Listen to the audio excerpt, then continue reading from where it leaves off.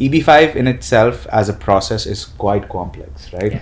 So as an investor, it is very essential that you get connected and engaged with a law firm at the earliest, and then start evaluating projects, and that will only help you to kind of meet the timelines which are coming up, right? So Arushi, back in the day pre-RIA, I remember when I joined this industry, I was overwhelmed with the concept of backlogs, right?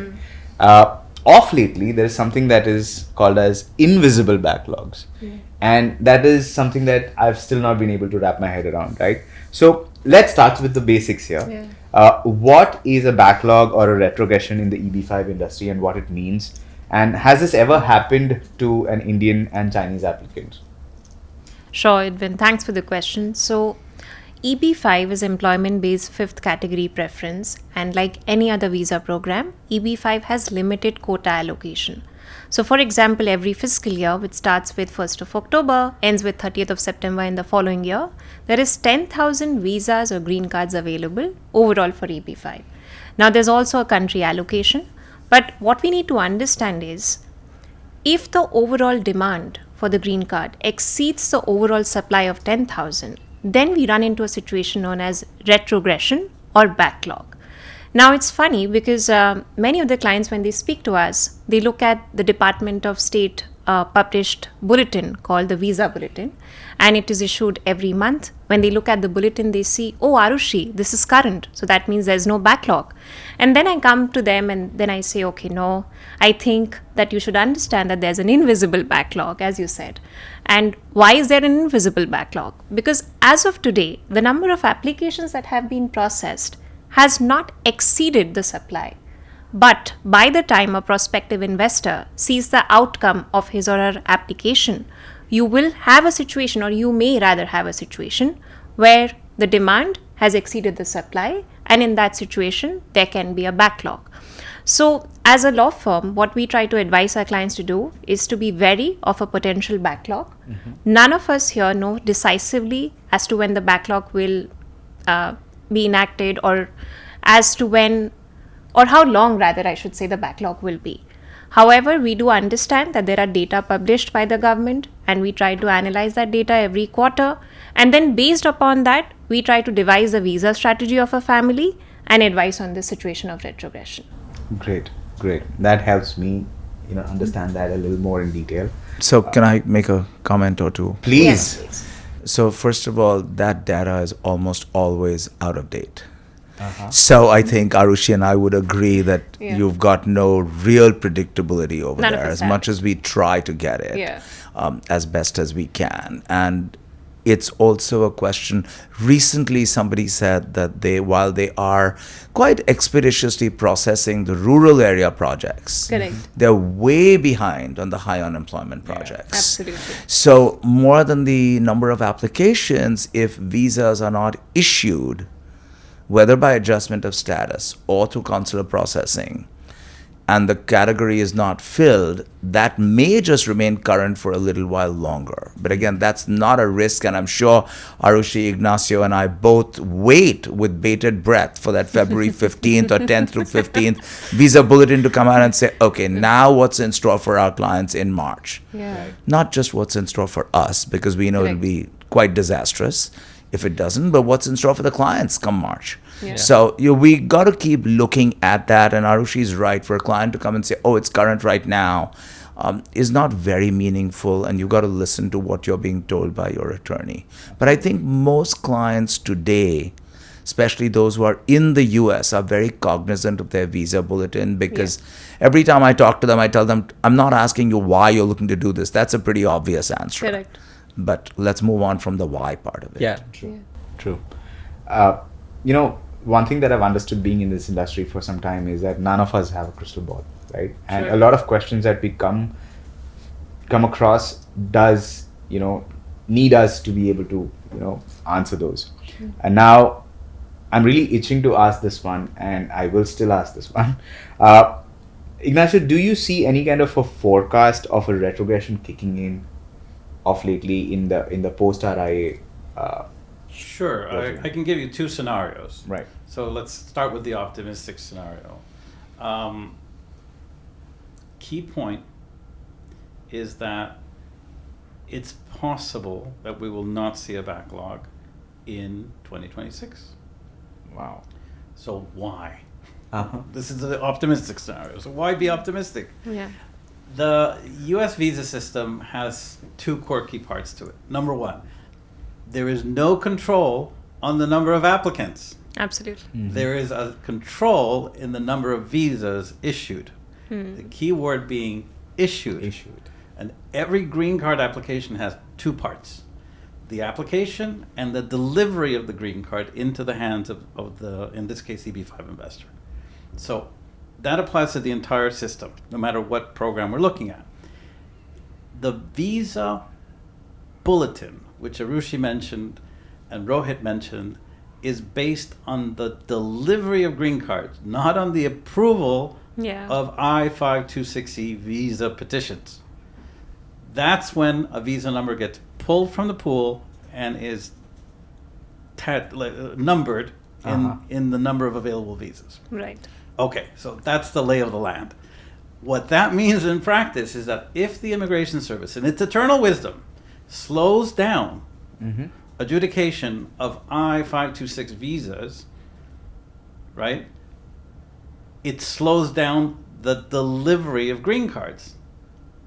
If the Immigration Service, again, in its eternal wisdom, slows down the approval of adjustments of status, that also impacts the delivery of visas. Absolutely. And therefore, you have a period in which visa availability is considered to be current or no visa waiting list.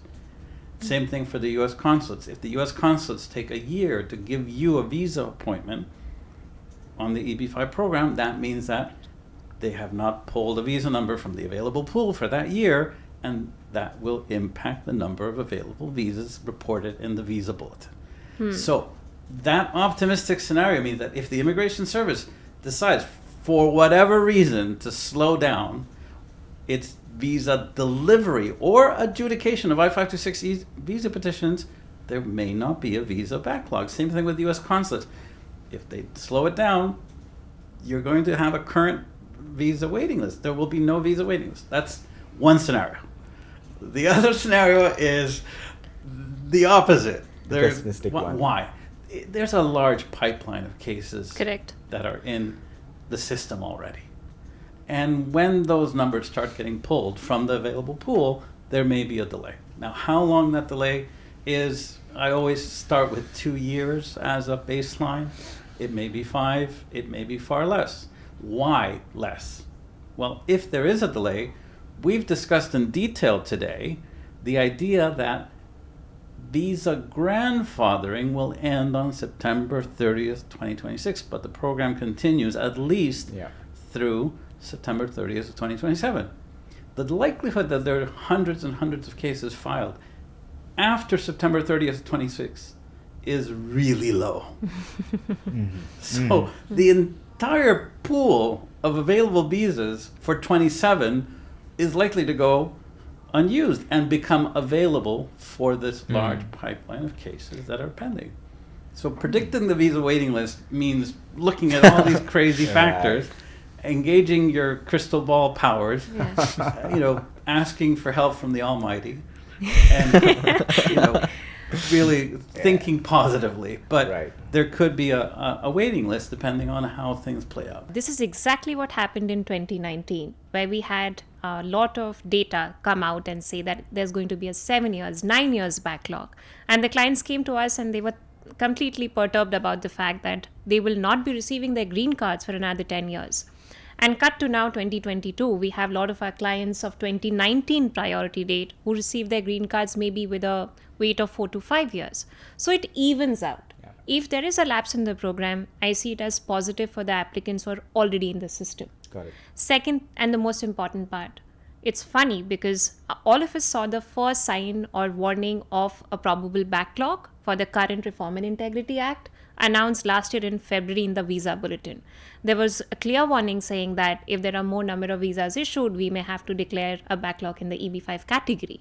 And we are now in the month of February 2026. We have not seen any announcement whatsoever because majority of our clients are the techies. we engage into so much of conversation around data cramming, backlog, 8 years backlog in rural, maybe 10 years backlog in urban. But as Rohit rightly said, look at the processing data. Look at the fact that urban high employment area category has not seen so many approvals.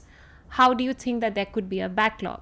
So, what I want to put across here is, as lawyers, we don't want to sound over optimistic.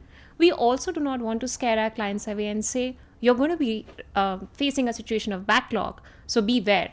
Yes, beware, plan wisely, but also look at the fact that the backlog situation will occur when there is an approval and subsequent to it when the visa is issued. So I have 3 comments. Please. One, I don't know what Ignacio's definition of almighty is, but mine is very variable with the administration these days. Second, we don't know how many immigration officers or consular officers have been laid off, have been terminated, have been fired. Clearly, it affects resources. There's no question. I think all of us have seen cases being transferred to different regional centers, to NBCs because of resource allocation. Don't know any of those answers as well. And all of that has an impact. And my simple comment to what Arushi said about the clients, and she's absolutely right, a really simple question that I ask the clients is, what's your choice? Exactly. Yeah. EB-5 is still going to be your best choice. It's still going to be your best go-to option, despite everything else. Because if you're in a position where you're in the US and you file concurrently your AOS, even if you lose your job, you're entitled to remain in the United States till the process is completed. So you suddenly don't need to worry then about your 60-day timeline if you're laid off. You've got other things. And can I go back for 1 second to comment and something you raised in your first segment about the EAD part of it? Like we discussed, recently the EAD is no longer being issued for 5 years. Now it's come down to 18 months. They've terminated the automatic extensions for 540 days. I don't think, unless Ignacio corrects me on this, I don't think there's been any similar guidance that's come out for advanced parole. Correct. But if they issue a combo card, the advanced parole is automatically going to be coming down to 18 months because they can't have 2 different end dates on a same card. I don't think so, at least. So one of my clients asked me, and I think that is a really valid question. If I don't have an H-1B, which we all know is a dual intent visa, can be continued to be extended, and I go into an employer, I come to Ignacio's law firm and say, can I have a job based on my EAD? And Ignacio, obviously being a very well-informed employer, says, yeah, that's great, but what am I going to do after 18 months with you if you don't get an extension? It's a really valid concern, because although you can apply for that extension up to 180 days before it expires, we don't know that you're going to get a new EAD in that balance time that's left over, and you don't have an extension. So there are some real life concerns and challenges, which is why I always tell my clients, if you have the option of staying on the H1, stay on it all the way till you get your green card, because we just don't know what's happening. Yeah. Absolutely. That's very insightful, Rohit. Thanks for bringing that up. Can I ask a question Please. as a follow-up to this? Please. So I open the floor for everyone. Historically, have you guys seen people not getting their EADs extended or USCIS not being considerate with these extension applications? Is it like a real threat, or there are most often I think it is. I have a live example right now where the adjustment of status was filed, and as Ignacio and Arushi and we've all seen, EADs were coming in about 3 to 4 months, even if the advanced paroles were taking longer. Right now, I haven't seen an EAD for my cases filed in June or July. There are clients who are very desperate for the EAD, forget the advanced parole, and I don't know if that's an intentional slowdown or what it is, but the EADs are taking much longer than what they were taking. So it's very right now out there. Okay. I think that the EAD system is unfortunately experiencing ups and downs in the speed of its processing. And the latest trend of the EAD approvals is roughly 6 to 8 months after Correct. filing. So the likeliest problem in the renewal of the EAD under adjustment of status is that there's a gap in employment. because you can only file the renewal 6 months before the end of the EAD card. Correct. And if it takes 8 months to get the EAD renewal approved in your hand, you're going to be out of work authorization for a gap of roughly 2 to 3 months. Yeah. And that's very impactful in a negative way to everybody that relies on EAD cards. Now, there has been litigation about this in the past. In 2020, there was a national lawsuit, and there were certain improvements. But frankly, it's very much in the hands of the Immigration Service right now.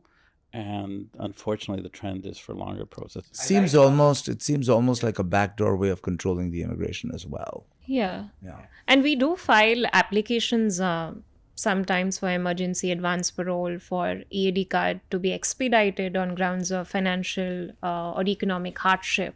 But at the end of the day, it is all discretionary, which is why it is very important to go back to Rohit's advice and to go back to the advice of attorneys like Ignacio, wherein we try and encourage our clients to be on H-1B as long as they can. And even within a couple, if, for example, one person has to hop on to the EB-5 for a better prospect, EB-5 EAD, I mean, at least the other spouse should continue to maintain the H-1B. Right. So that there's always a backup option. Because this uncertainty of or gap, I can't think of an employer who would continue to keep you employed if you have one.